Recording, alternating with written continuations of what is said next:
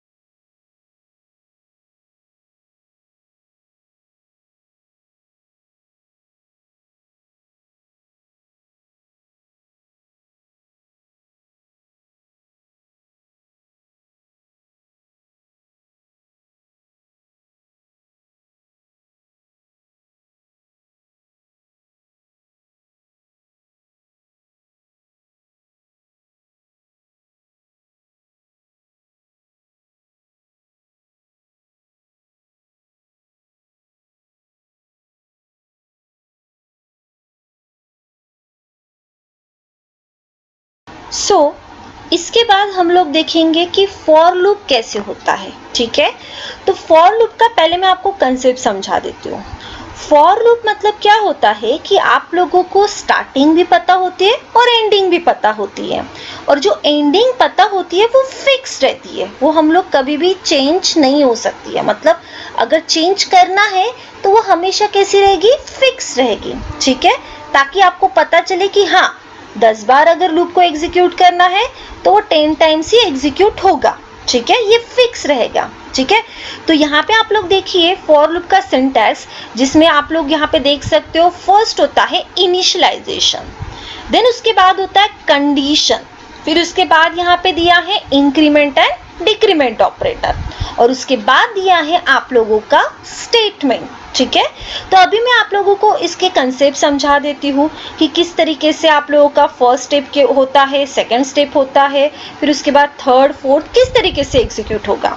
तो ये जो फॉर लूप आप लोगों को यहाँ पे दिख रहा है उसका मैं कुछ सिंटैक्स लिखवा के दे रही हूँ। ठीक है, ये सिंटैक्स ही है, बट स्टेप्स कैसे एग्जीक्यूट होंगे वो हम लोग देखेंगे। तो देखिए इसके स्टेप्स कैसे एग्जीक्यूट होते हैं वो देखते हैं हम लोग। तो जो फर्स्ट स्टेप होता है वो होता है आप लोगों का इनिशियलाइजेशन। तो यहाँ पे आप लोगों का होगा इनिशियलाइजेशन। ठीक है, ये आप लोगों की फर्स्ट स्टेप होती है। फिर उसके बाद आप लोगों का कंडीशन होता है, वो होती है आप लोगों की सेकेंड स्टेप। ओके, फिर उसके बाद आप लोगों का स्टेटमेंट होता है, तो वो होती है आप लोगों की थर्ड स्टेप, एंड देन उसके बाद आप लोगों का होता है इंक्रीमेंट एंड डिक्रीमेंट ऑपरेटर, तो वो आप लोगों की होती है फोर्थ स्टेप। ठीक है, तो इस तरीके से आप लोगों का ये लूप एग्जीक्यूट होता है। मतलब फर्स्ट होगा इनिशियलाइजेशन, सेकेंड होगा कंडीशन, एंड थर्ड होता है आप लोगों का स्टेटमेंट, और फोर्थ होगा आप लोगों का increment and decrement operator. Okay, तो देखिए इनिशियलाइजेशन सबको पता है, जैसे कि i equals to 1, a equals to 4, that means initialization. Condition मतलब कि जैसे कि आप लोगों ने अगर मेरे प्रीवियस वाले सेशन को अटेंड किया होगा जिसमें मैंने कंडीशन के बारे में बताया है, ठीक है, कि आप लोगों की जो डिसीजन कंट्रोल इंस्ट्रक्शन होता है वो इफ एल्स वगैरह, तो वो कंडीशन के ऊपर डिपेंड रहेगा। तो वही कंडीशन हम लोग यहाँ पे भी फॉलो करेंगे। तो कंडीशन होगी आप लोगों की सेकेंड स्टेप, देन थर्ड वाले स्टेट में आप लोगों का आएगा कि आप लोगों का स्टेटमेंट आएगा थर्ड स्टेप में, एंड जो फोर्थ वाला होता है वो होता है इंक्रीमेंट एंड डिक्रीमेंट ऑपरेटर। तो देखिए फॉलो इसी तरीके से आप लोगों का होगा, चाहे वो फॉर लूप है, वाइल लूप है या डू वाइल है। डू वाइल में थोड़ा सा डिफरेंस है, बाकी सेम ही है, ठीक है। तो यहाँ पे देखो इनिशियलाइजेशन, जो भी आप लोग यहाँ पे इनिशियलाइज करोगे वो यहाँ पे आपको लिखना पड़ेगा कंडीशन। अगर आप लोग की ये कंडीशन ट्रू है तो वो अंदर आएगा और स्टेटमेंट को एग्जीक्यूट करेगा, बट अगर कंडीशन फॉल्स होगी तो वो अंदर आएगा ही नहीं, ठीक है। मतलब स्टेटमेंट और उसके बाद का इंक्रीमेंट डिक्रीमेंट ऑपरेटर परफॉर्म होगा ही नहीं, ठीक है।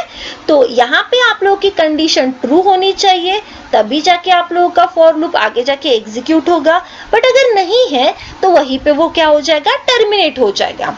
उसके बाद स्टेटमेंट मतलब कि आप लोग प्रिंटफ लिख सकते हो या आप लोग इक्वेशन लिख सकते हो, स्टेटमेंट कुछ भी हो सकता है, ठीक है।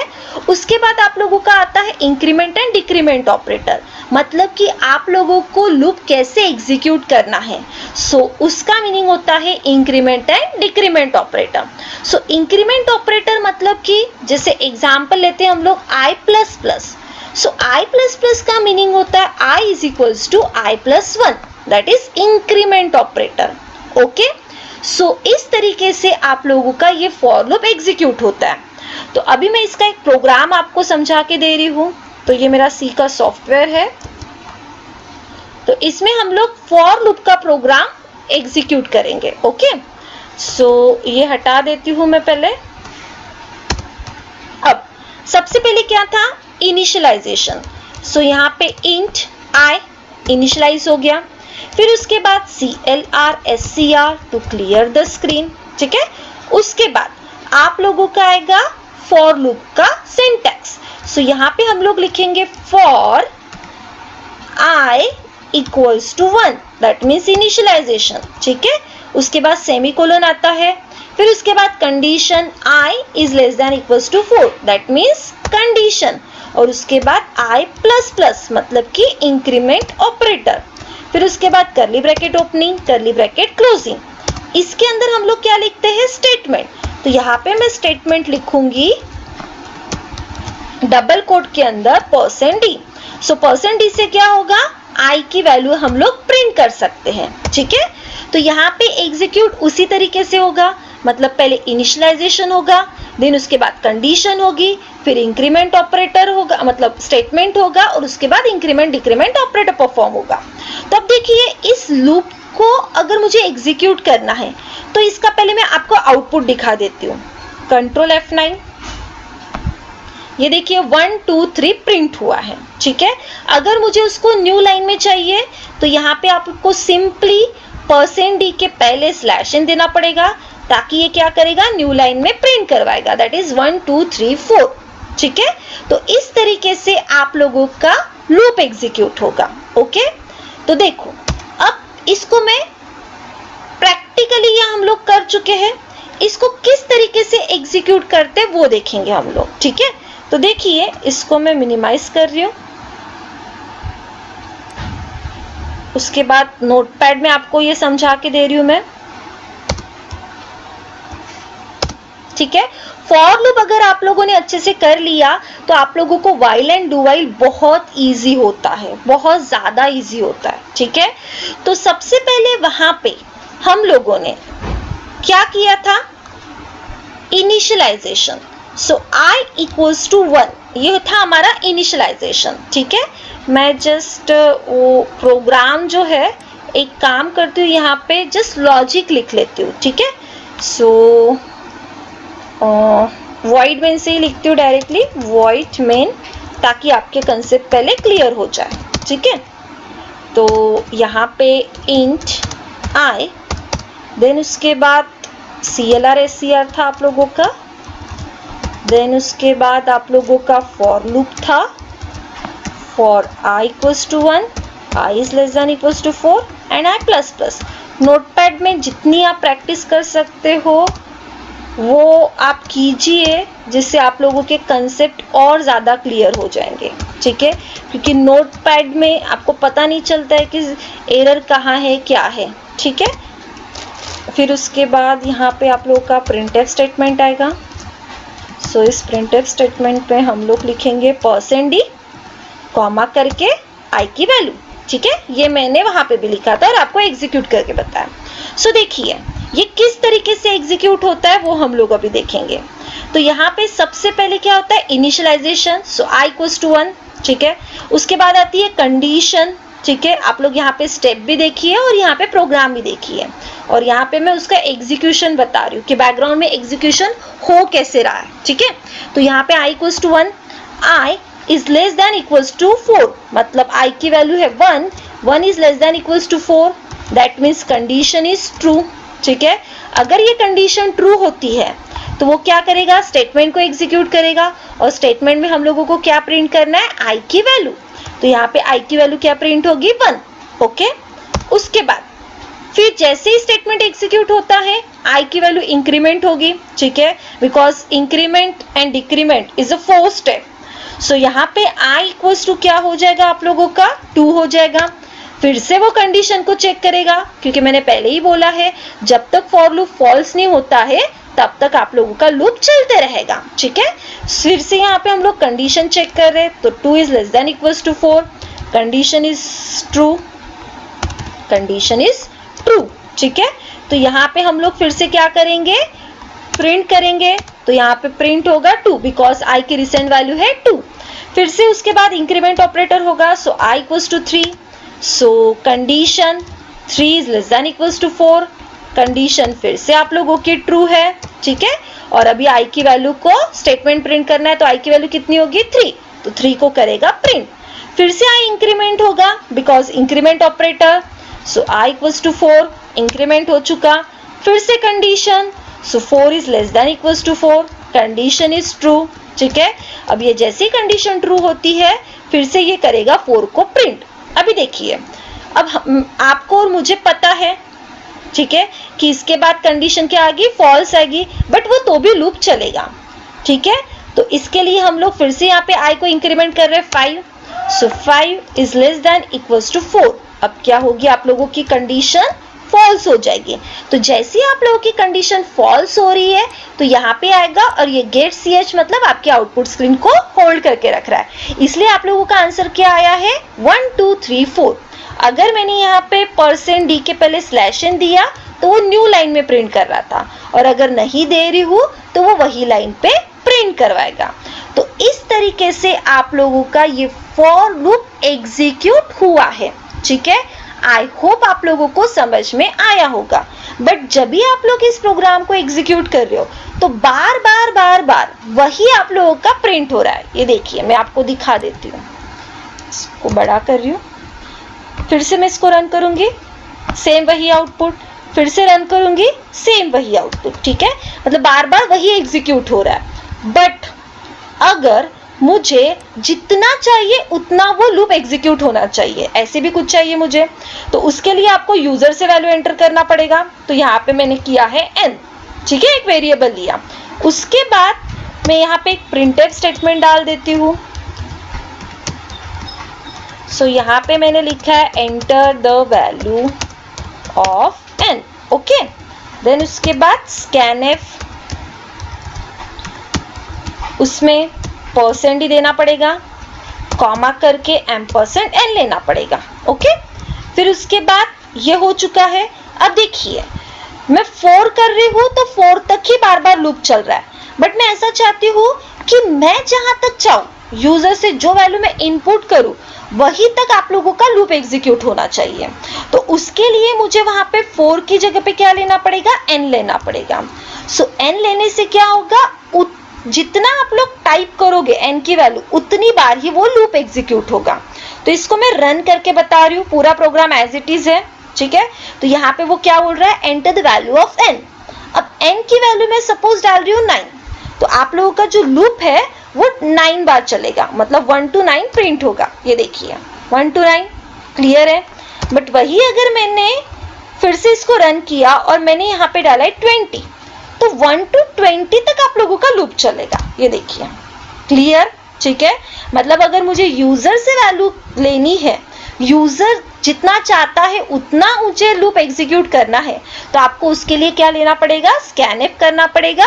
और जहां पे आप लोगों का फॉर लूप की कंडीशन होती है वहां पे आप लोगों को उसको n की वैल्यू असाइन करनी पड़ेगी, ताकि लूप स्टार्ट हो रहा है 1 से और एंड यूजर जो चाहता है वही वो वहां तक एग्जीक्यूट कराएगा, ठीक है। तो आई होप आप लोगों को ये प्रोग्राम समझ में आया होगा। फर्स्ट वाला जो मैंने बताया वो कांस्टेंट वाला है, और सेकेंड वाला जो बताया मैंने वो यूजर से वैल्यू लेके कैसे प्रिंट करते वो वाला है, ठीक है। एक सिंपल सा यहाँ पे हम लोग एक प्रोग्राम को एग्जीक्यूट करते हैं, फैक्टोरियल। फैक्टोरियल सबको पता है, ठीक है। फैक्टोरियल मतलब कि जैसे कि मैंने 5 डाला है, तो 5 का फैक्टोरियल कितना होता है, 120, ठीक है। ये 120 कैसे आया है, 1 into 2 into 3 into 4 into 5, या 5 into 4 into 3 into 2 into 1, that is 120। सो ये जो 120 आया है वो क्या है, आप लोगों का फैक्टोरियल है।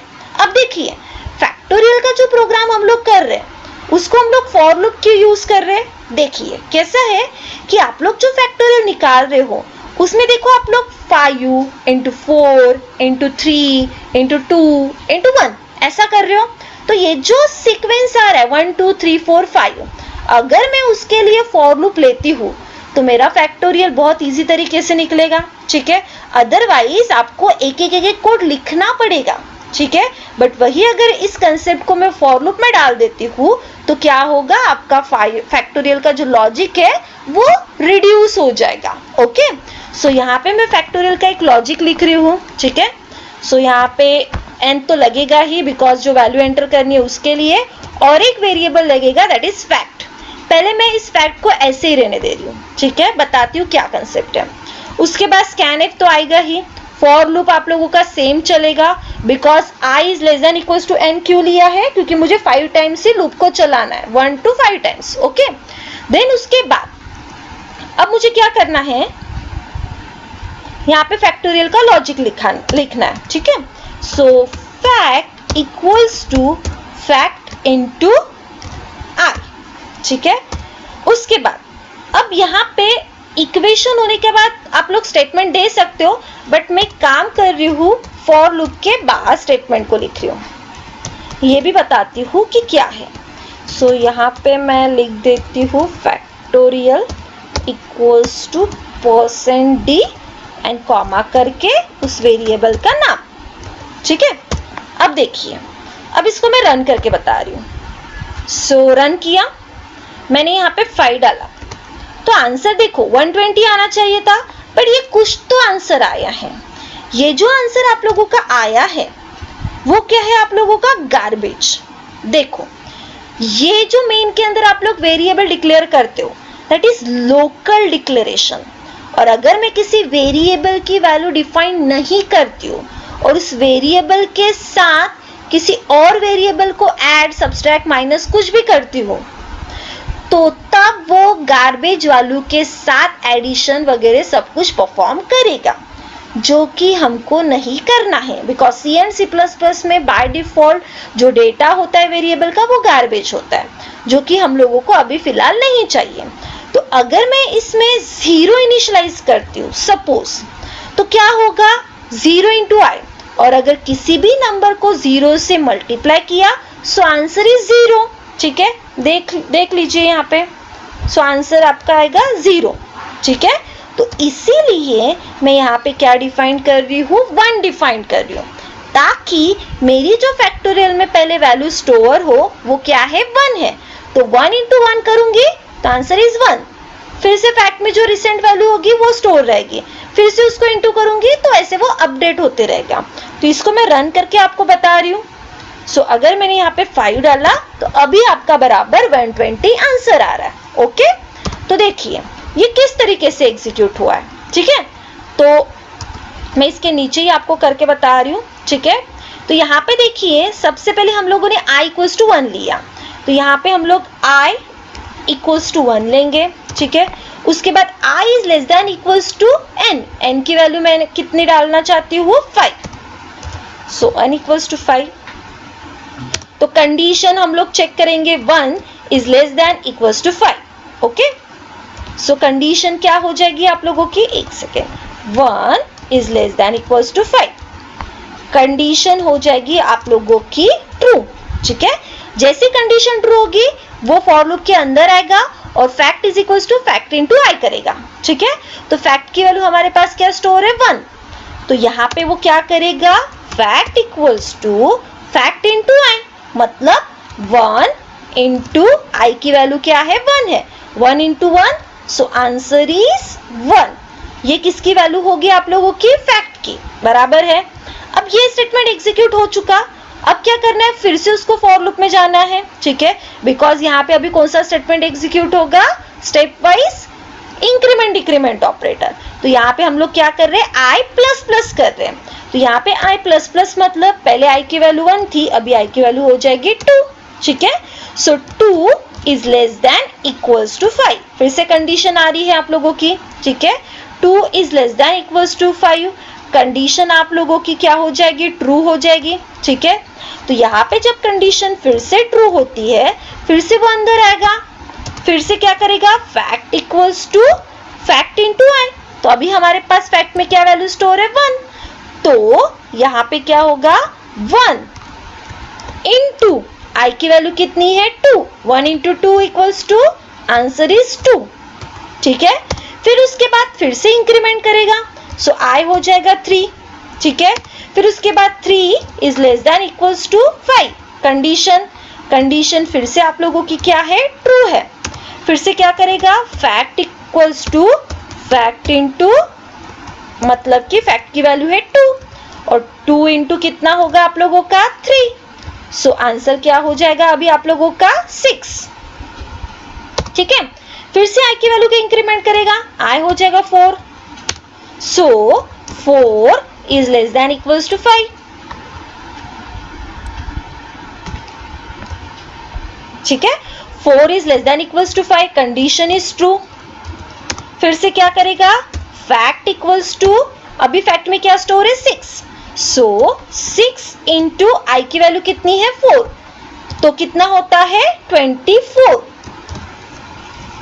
ठीक है, उसके बाद फिर से क्या करेगा, आई की वैल्यू के इंक्रीमेंट करेगा, आई हो जाएगा 5, so 5 is less than equals to 5, condition is true, so fact equals to 24 into कितना होता है 5, तो 24 इंटू 5 कितना होगा ये 120।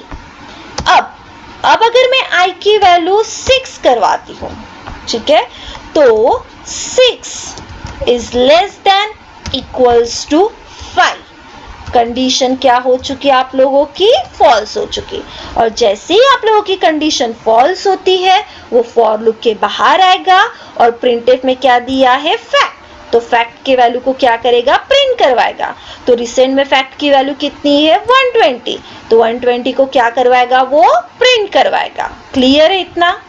तो आई होप आप लोगों को ये कंसेप्ट अभी समझ में आया होगा। ठीक है, तो मैं इसको कमेंट्स लगा देती हूँ। देखो मैंने आप लोगों को ये बताया था कि सिंगल लाइन को कमेंट्स लगाना है तो डबल स्लैश, और वही मल्टीपल लाइन को लगाना है तो स्लैश स्टार, और जहां तक कमेंट्स लगाना है स्टार स्लैश। ठीक है, इस प्रोग्राम को रन करके बता देती हूँ। ये देखिए 5 डाला तो 120 आंसर। ओके, ठीक है, अब देखिए यहाँ पे ये जो प्रिंटफ स्टेटमेंट है वो मैंने फॉर लूप के बाहर लिखा है। मैं काम करती हुई इस प्रिंटफ स्टेटमेंट को फॉर लूप के अंदर लिखती हूँ। सो आंसर देखिए किस तरीके से एग्जीक्यूट होगा। मैंने 5 डाला, देखो factorial 1, factorial 2, factorial 6, factorial 24 and factorial 120। मतलब कि ये जो आंसर है ना 1, 2, 6, 24 एंड 120, वो जैसे जैसे उसने लूप एग्जीक्यूट किया वैसे वैसे उसने प्रिंट किया। ठीक है, तो आप लोगों को अगर उस तरीके से चाहिए तो आप लोग उस तरीके से आंसर ला सकते हो। ये देखिए मैं एक काम करती हूँ, यहाँ पे स्लैश एन देती हूँ ताकि आपको समझ में आ जाए। ठीक है, रन 5, ये देखिए स्टेप बाय स्टेप वो करके बता रहे, बिकॉज लूप के अंदर है, और लूप के अंदर है तो वो क्या हो रहा है कि आप लोगों का step by step answer print करवा रहा है, बिकॉज लूप के अंदर इक्वेशन किया, प्रिंट किया, इक्वेशन लाया, प्रिंट किया, इक्वेशन लाया, प्रिंट किया, इस तरीके से वो एग्जीक्यूट कर रहा है। बट वही अगर हम लोग उसको बाहर कर दें, क्योंकि मुझे लास्ट वाला ही आंसर चाहिए, सो हम लोगों ने ये लूप के बाहर कर दिया, तो वो क्या करेगा, अभी लास्ट वाले आंसर को ही प्रिंट करवाएगा। ये देखिए, ठीक है, तो लूप के अंदर आप कुछ भी डालो, वो जब जैसे जैसा लूप चलेगा वैसा वैसा वो एग्जीक्यूट होगा। ठीक है, तो ये है आप लोगों का सिंपल फॉर लूप। अभी उसमें मैं नेस्टेड फॉर लूप बता रही हूँ। सो नेस्टेड फॉर लूप मतलब क्या होता है कि आप लोगों ने कल के सेशन में मैंने आपको बताया था कि नेस्टेड इफ होता है, इफ के अंदर इफ होता है, वैसे ही आप लोगों का नेस्टेड फॉर होता है, फॉर के अंदर फॉर होता है। तो ये क्यों लेते हम लोग, तो ये हम लोग इसीलिए लेते हैं अगर मुझे कुछ रो और कॉलम के फॉर्मेट में एक साथ कुछ प्रिंट करवाना है। ठीक है, कुछ इस तरीके से, ये देखिए अगर मुझे रो एंड कॉलम को एक साथ प्रिंट करवाना है, जैसे कि 1 2 3 4 1 2 3 4 1 2 3 4 एंड 1 2 3 4। ठीक है, रो और कॉलम मुझे एक साथ प्रिंट करवाना है, तो आप लोग किसका यूज करोगे, नेस्टेड फॉर का। ठीक है, तो अभी यहाँ पे मैं नेस्टेड फॉर का कंसेप्ट बता देती हूँ आप लोगों को। पहले मैं नोटपैड में पहले बता देती हूँ, फिर हम लोग इसको प्रैक्टिकली देखेंगे। ठीक है, तो देखिए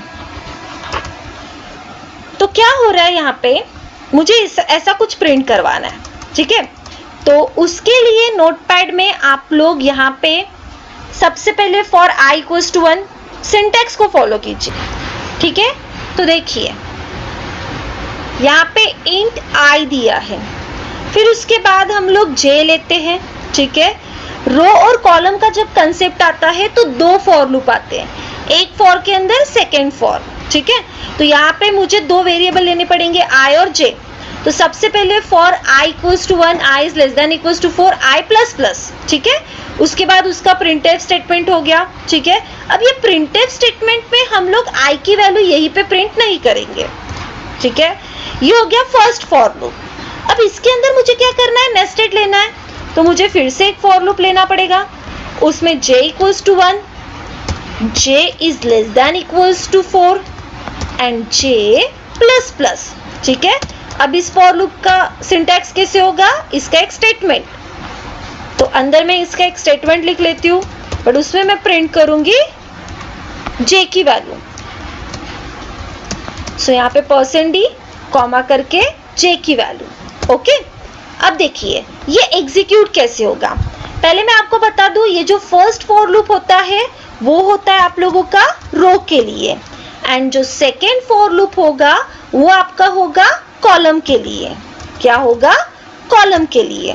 ओके, तो देखिए जब तक आपका फर्स्ट फॉर लूप ट्रू नहीं होता तब तक हम लोग अंदर नहीं आ सकते, और जब तक ये इनर वाला फॉल्स नहीं होता तब तक हम लोग बाहर वाले फॉर में नहीं जा सकते। ओके, मतलब कि ये ट्रू होना चाहिए तो अंदर आएंगे, और अंदर वाला जब तक फॉल्स नहीं होता तब तक हम लोग बाहर वाले फॉर में नहीं जा सकते। ओके, फर्स्ट वाला फॉर रो के लिए होगा, सेकेंड वाला फॉर कॉलम के लिए होगा। दूसरी बात कि आप लोग i की जगह पे j लो, j की जगह पे i लो, ये मैटर नहीं करता है।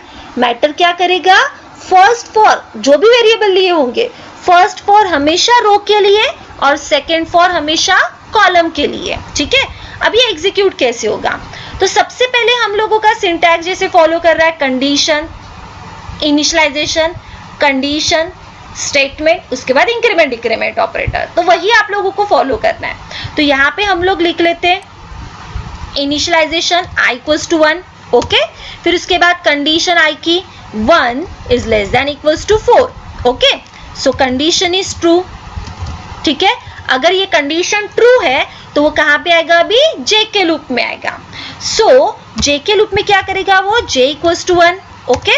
जे की condition 1 is less than equals to 4, और अगर ये कंडीशन ट्रू है तो वो क्या करेगा, स्टेटमेंट को एग्जीक्यूट करेगा जो कि जे को प्रिंट करना है। अब ये जो जे को प्रिंट करना है तो करना कहाँ पे है, ठीक है, तो जे को प्रिंट करेगा वो आई के फर्स्ट रो में, बिकॉज आई क्या है, रो है, और जे क्या है, कॉलम है। तो first row and first column पे क्या प्रिंट करेगा, आई की वैल्यू, और आई की वैल्यू क्या हो जाएगी आपकी, 1 हो जाएगी, ओके। तो मैं यहाँ पे एक काम करती हूँ, फिर से लिख लेती हूँ, ये होगा यहाँ पे 1, first row and first column पे जे की वैल्यू प्रिंट होगी, दैट इज 1, ओके। फिर उसके बाद अब स्टेटमेंट एग्जीक्यूट हो गया जे का, तो क्या करना है, जे को इंक्रीमेंट करना है, तो यहाँ पे आएगा आप लोगों का जे का increment, that is J equals to 2। फिर से जे की कंडीशन चेक होगी, so 2 is less than equals to 4, condition is true, ठीक है। फिर से वो क्या करेगा, स्टेटमेंट एग्जीक्यूट, बट आई वही है, रो वही है, खाली क्या चेंज हो रहा है आप लोगों का, कॉलम चेंज हो रहा है। तो यहाँ पे रो वही है, खाली कॉलम चेंज हो रहा है, तो कॉलम में क्या प्रिंट होगा, जे की वैल्यू, और जे की वैल्यू क्या होगी, 2 हो जाएगी, ओके। फिर उसके बाद फिर से इंक्रीमेंट होगा, तो j equals to 3, so 3 is less than equals to 4, condition is true, okay. तो अभी i वही है, j चेंज हो रहा है, सो j की वैल्यू क्या प्रिंट होगी, 3, तो 3 आ जाएगा यहाँ पे, ठीक है। रो फर्स्ट ही, कॉलम थर्ड कॉलम पे j की वैल्यू प्रिंट करनी है, ठीक है। फिर से आप लोगों का j का लूप चलेगा, बिकॉज j हो जाएगा अभी increment, that is j equals to 4, ठीक है। 4 is less than equals to 4, condition is true. अब क्या करना है, i वही है, खाली j चेंज हो रहा है, तो j की वैल्यू 4 यहाँ पे प्रिंट करवाएगा फोर्थ कॉलम में, ओके। अब देखिए j को फिर से इंक्रीमेंट करना पड़ेगा, so j equals to 5 and then 5 is less than equals to 4, condition is true. तो जैसे कंडीशन इज फॉल्स। अब जैसे ही j की कंडीशन फॉल्स हो चुकी है, मतलब क्या हो चुका है, आप लोगों का लूप वहीं पे टर्मिनेट हो चुका है, और जैसे ही आप लोगों का लूप वहां पे टर्मिनेट हो जाता है तो वो क्या करेगा, स्लैश एन मतलब कि न्यू लाइन, ठीक है, क्योंकि ये फॉर लूप खत्म होने के बाद उसको क्या करना है, स्टेटमेंट एग्जीक्यूट करना है, और स्टेटमेंट में क्या लिखा है, स्लैश एन मतलब कि न्यू लाइन, मतलब यहाँ पे मेरा जो कर्सर था फोर्थ के बाद वो आ जाएगा अभी नीचे, ओके। और जैसे ही ये प्रिंटफ स्टेटमेंट एग्जीक्यूट होगा, फिर से आप लोगों का क्या होता है, एक मिनट,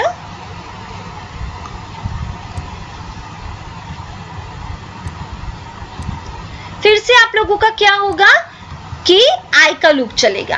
तो पहले i मेरा 1 था, अभी i क्या हो जाएगा, 1 से इंक्रीमेंट, सो i की वैल्यू अभी क्या हो जाएगी, 2 हो जाएगी, ओके। सो फिर से i की कंडीशन चेक होगी, 2 is less than equals to 4, condition is true, ठीक है। उसके बाद ये जैसे ही हो गया, तो अभी i की कंडीशन चेक हो चुकी, तो फिर से उसको वापस कहाँ पे आना है, j के लूप में। तो j के लूप में जब आप आओगे तो आप स्टार्टिंग से आओगे, मतलब स्टार्टिंग से आप लोगों का लूप चलेगा। तो अभी j की वैल्यू हो जाएगी मेरी 1 से ही चलेगा, क्योंकि आप लोगों का j तब क्या हो गया था, फॉल्स हो चुका था, तो आप लोगों का j अभी यहाँ से कब चलेगा, स्टार्टिंग से चलेगा। So j equals to 1 is less than equals to 4, तो कंडीशन क्या हो जाएगी, अभी j की ट्रू हो जाएगी। तो जैसे ही j की कंडीशन ट्रू होती है, फिर से उसका स्टेटमेंट एग्जीक्यूट होगा, बट अभी उसका स्टेटमेंट कहाँ पे एग्जीक्यूट होगा, सेकेंड रो में, बिकॉज i इज 2 और j इज 1, तो सेकेंड रो फर्स्ट कॉलम पे क्या प्रिंट होगा, j की वैल्यू, और j की वैल्यू कितनी होगी, 1, ओके। फिर उसके बाद क्या होगा, आप लोगों का फिर से j चलेगा, सो j हो जाएगा आप लोगों का 2, so 2 is less than equals to 4, फिर से क्या होगा, कंडीशन ट्रू हो जाएगी, ठीक है। जैसे ही j की कंडीशन ट्रू होगी, फिर से i वही है, सेकेंड रो, बट j का कॉलम चेंज हो रहा है, तो j इज 2, ठीक है। तो ऐसे कब तक चलेगा, जब तक i की वैल्यू फॉल्स नहीं होती है तब तक, मतलब यहाँ पे वो 3 4, ठीक है। उसके बाद फिर से 1, फिर से 2, फिर 3 एंड देन 4, ओके। फिर से क्या करेगा, फिर से 1 2 3 4, इस तरीके से आप लोगों का ये लूप एग्जीक्यूट होगा।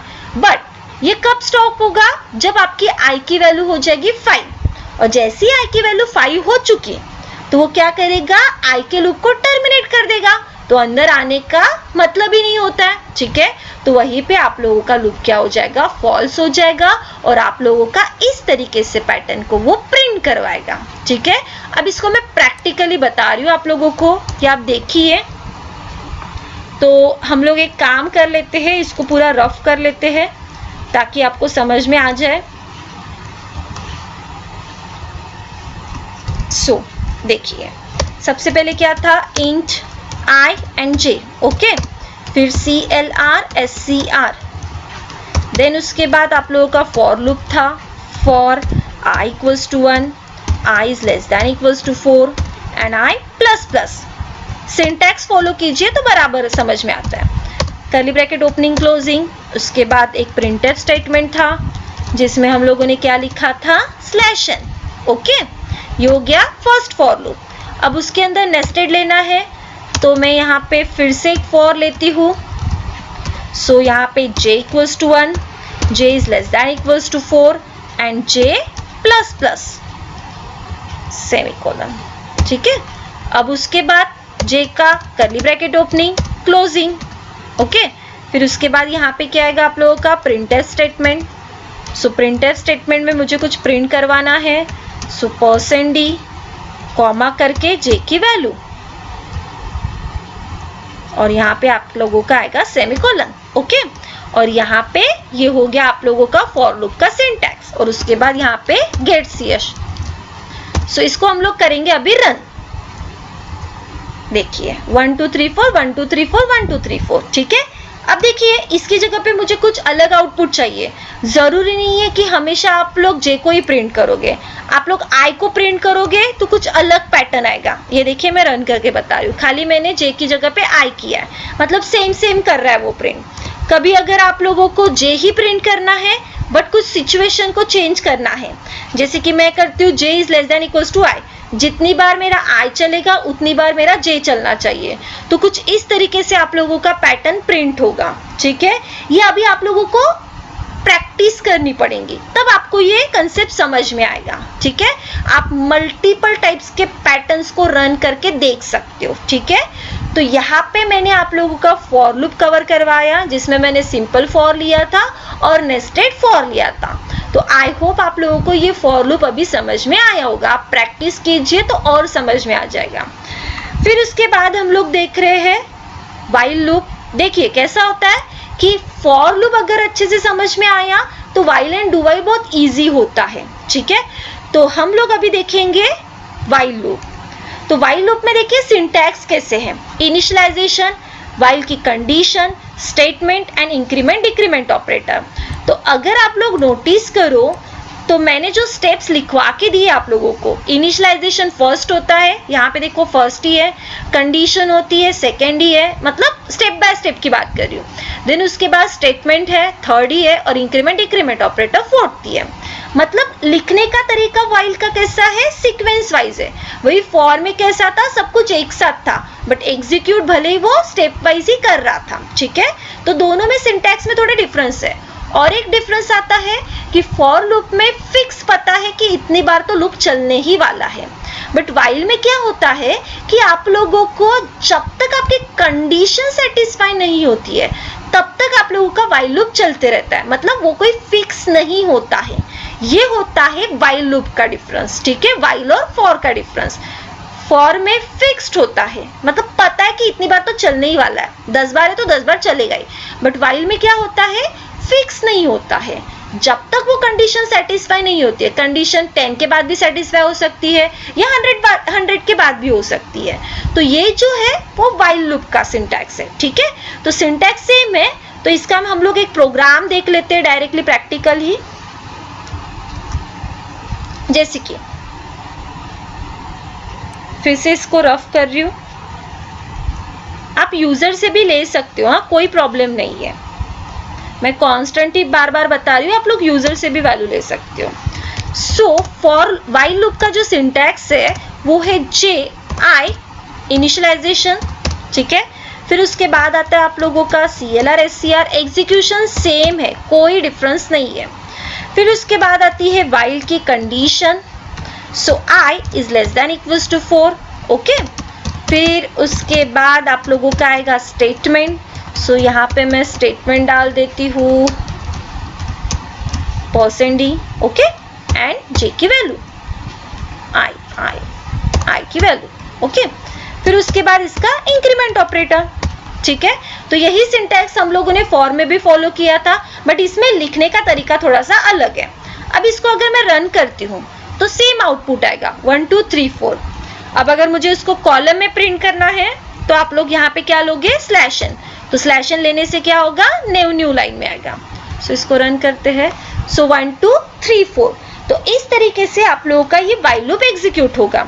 अगर मुझे यूजर से करना है तो हम लोग सिंपली क्या करेंगे, यहाँ पे printf में लिख लेंगे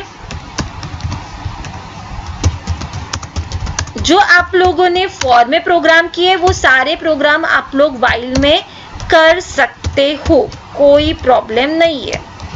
एक बार फॉर में ट्राई कीजिए, while में ऑटोमेटिकली आ जाएगा, ठीक है।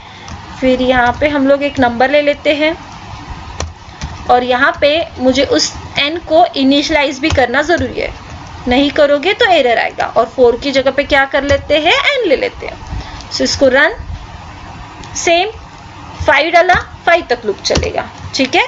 अगर वही मैंने 9 डाला तो 9 तक लूप चलेगा। तो इस तरीके से आप लोगों का ये कंसेप्ट क्लियर हो जाएगा, ठीक है। अब देखिए ये सिंपल प्रोग्राम है। कुछ प्रोग्राम ऐसे है कि आप लोगों को वो while में कंडीशन के हिसाब से ही चेक करना पड़ता है, ठीक है। तो आप ये पहले करके देखिए, उसके बाद while के जो डिफिकल्ट वाले प्रोग्राम है वो करके देखिए, ठीक है। आपको ये कंसेप्ट क्लियर हो जाएगा, ठीक है। अब देखिए नेक्स्ट जो है वो, जैसे हम लोगों ने नेस्टेड फॉर देखा था वैसे ही आप लोगों का नेस्टेड while भी होता है। तो अब ये नेस्टेड while का सिंटैक्स कैसे होगा, जो पैटर्न के प्रोग्राम हम लोगों ने नेस्टेड फॉर में देखे थे 1 2 3 4 1 2 3 4, उसी पैटर्न के प्रोग्राम को आप लोग नेस्टेड while में ला सकते हो, कर सकते हो, कोई प्रॉब्लम नहीं है। तो अब मैं कैसे करते हैं वो मैं आपको सिखा रही हूँ, ठीक है। तो देखिए सिंटैक्स अगर फॉलो करें, फिर से मैं काम कर देती हूँ, इसको हटा ही देती हूँ, ओके। सो सबसे पहले इनिशियलाइजेशन i = 1, ठीक है। एक j भी लेना पड़ेगा क्योंकि हम लोगों ने वहां पे भी लिया था। फिर उसके बाद CLR SCR, बिकॉज रो और कॉलम का कंसेप्ट आता है इसीलिए, ठीक है। अब सिंटैक्स फॉलो कीजिए, इनिशियलाइजेशन हो गया, सो while I is less than equals to 4, condition हो गई, कर्ली ब्रैकेट ओपनिंग क्लोजिंग। उसके बाद हम लोगों का आएगा printf स्टेटमेंट। सो यहाँ पे मैं printf स्टेटमेंट में /n देती हूँ जैसे हम लोगों ने फॉर में किया था, एंड I++, ठीक है। ये एक फॉर हो गया। अब उसके बाद क्या करना है, मुझे नेस्टेड लेना है, तो while के अंदर while हो गया, ठीक है। तो यहाँ पे j = 1, इनिशियलाइजेशन ये क्यों लिया मैं बताती हूँ प्रैक्टिकली अभी। while j is less than equals to 4, okay. फिर उसके बाद यहाँ पे इसका printf स्टेटमेंट आएगा, so %d कॉमा करके j, okay, and then j++। तो ये हो गया आप लोगों का नेस्टेड while, ठीक है। तो यहाँ पे इनिशियलाइजेशन हो गया इसका, अंदर वाले while का, कंडीशन हो गई, स्टेटमेंट हो गया और इंक्रीमेंट डिक्रीमेंट ऑपरेटर हो गया। तो देखिए जैसे हम लोगों ने फॉर में देखा था पैटर्न के प्रोग्राम, सेम यहाँ पे नेस्टेड while में भी वही है, सेम कंसेप्ट है, सेम। इसको रन करते हैं, क्या आया है 1 2 3 4 1 2 3 4 1 2 3 4, ठीक है। अब देखिए आप लोगों ने ये जो j है ये यहाँ पे लिया है और j मैंने यहाँ पे इनिशियलाइज करके रखा है 1। अगर मैं यहाँ पे नहीं करती हूँ, सपोज इसको हटा देती हूँ यहाँ से, ठीक है, और j की वैल्यू मैं यहाँ पे इनिशियलाइज करती हूँ, ठीक है। तो देखिए आंसर क्या आता है, देखिए उसने क्या किया, लूप चला है, हाँ। आप देखो वहां पे जहां पे कर्सर ब्लिंक कर रहा है वो लूप बराबर एग्जीक्यूट किया है, बट उसने प्रिंटिंग नहीं किया बिकॉज उसको स्टार्टिंग पोजीशन मिली ही नहीं जे की। तो इसीलिए सिंटैक्स के हिसाब से अगर देखा जाए तो वाइल लूप के जस्ट ऊपर क्या आता है आप लोगों का, जे लूप का स्टार्टिंग आएगा। तो अगर आप लोगों ने यहाँ पे इसको इनिशियलाइज किया है तो जे का एक बार तो चला लेगा बिकॉज यहाँ पे इनिशियलाइज मिल रहा है तो ये चल जाएगा। बट नेक्स्ट टाइम जब जे इंक्रीमेंट हो रहा है, मतलब यहाँ से सब कुछ होने के बाद फिर से आपका आई इंक्रीमेंट होगा और फिर से वो जब अंदर आता है तो उसको जे मिलेगा ही नहीं, बराबर है, क्योंकि आई यहाँ से ही डायरेक्टली जंप कहाँ पे कर रहा था, कंडीशन पे, वो ऊपर नहीं जा रहा था, ऊपर वाले इनिशियलाइजेशन में नहीं जा रहा था।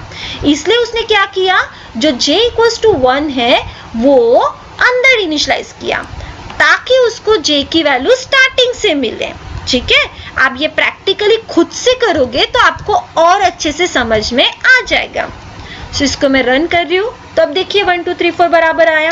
ठीक है, तो ये होता है आप लोगों का नेस्टेड व्हाइल। ओके, उसके बाद तो इसमें सारे प्रोग्राम्स आप लोग कीजिए, फॉर के जितने भी प्रोग्राम्स है वो सारे प्रोग्राम आप लोग ट्राई कीजिए। ठीक है, उसके बाद आता है आप लोगों का डू व्हाइल।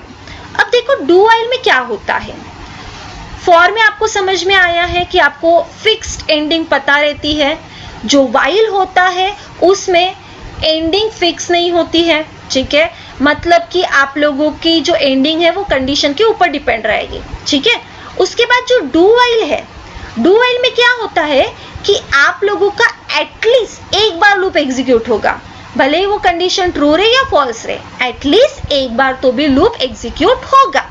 ठीक है, ये कंसेप्ट होता है आप लोगों का डू व्हाइल का।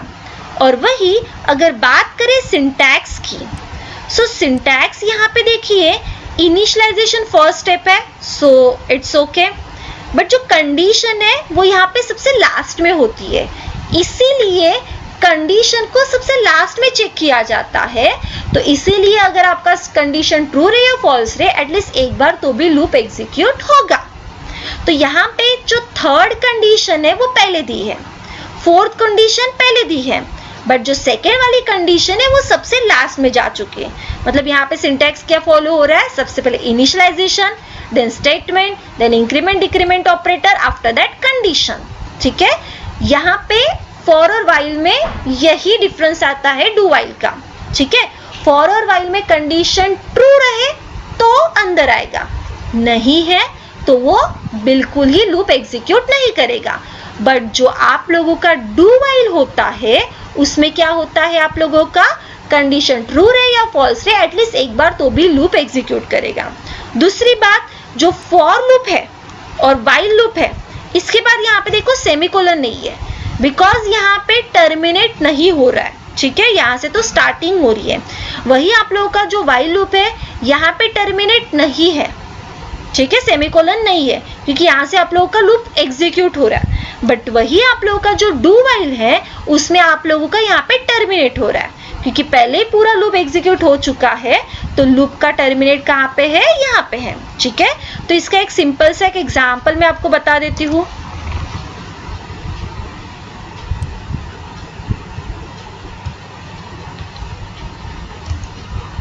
तो देखिए सिंपल सा एक एग्जाम्पल है इसका।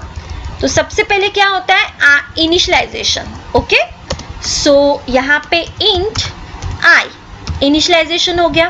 ठीक है, फिर उसके बाद आता है आप लोगों का सेम CLR SCR, फिर उसके बाद do curly bracket opening closing, उसके बाद उसका स्टेटमेंट। सो स्टेटमेंट में यहाँ पे मैं लिख रही हूँ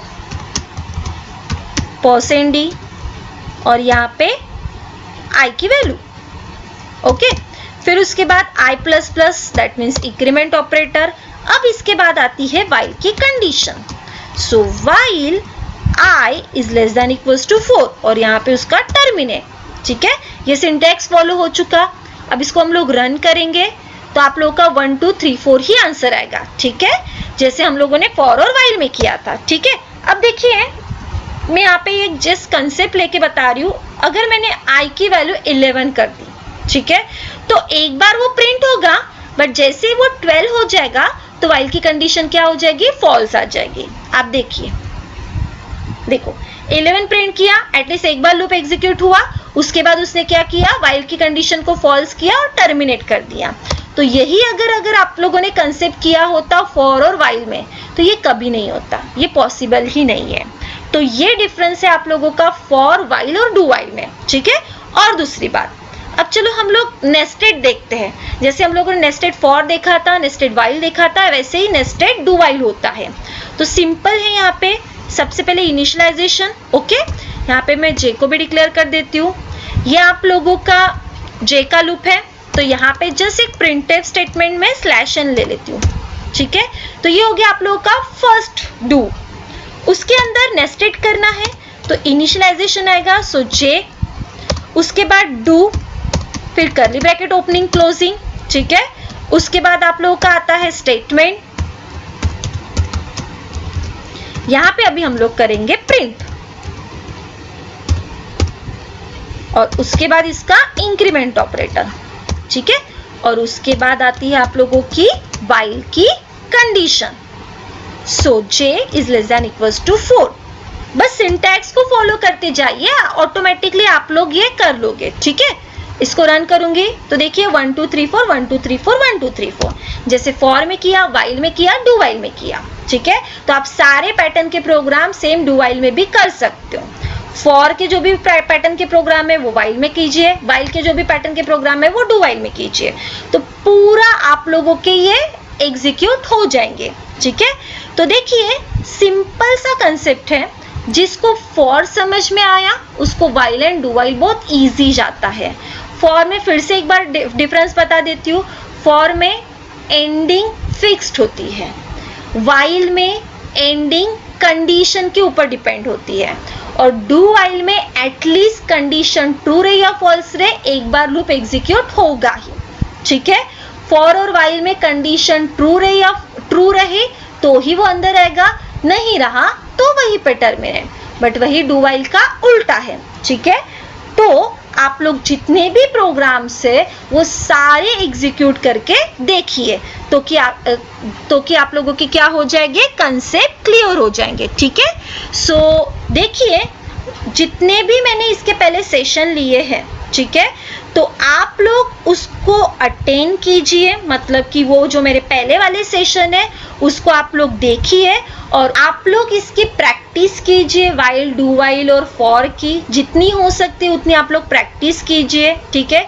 और जिनका भी ये सेशन छूट चुके हैं, मतलब पहले जो मैंने इंट्रोडक्शन वाला पार्ट लिया था, फिर उसके बाद मैंने इंस्टॉलेशन और बेसिक प्रोग्राम का लिया था, उसके बाद कल के सेशन में मैंने ऑपरेटर्स और डिसीजन कंट्रोल इंस्ट्रक्शन का कवर किया था। तो अगर किसी के ये सेशन छूट गए होंगे तो आप लोग गूगल पे जाइए,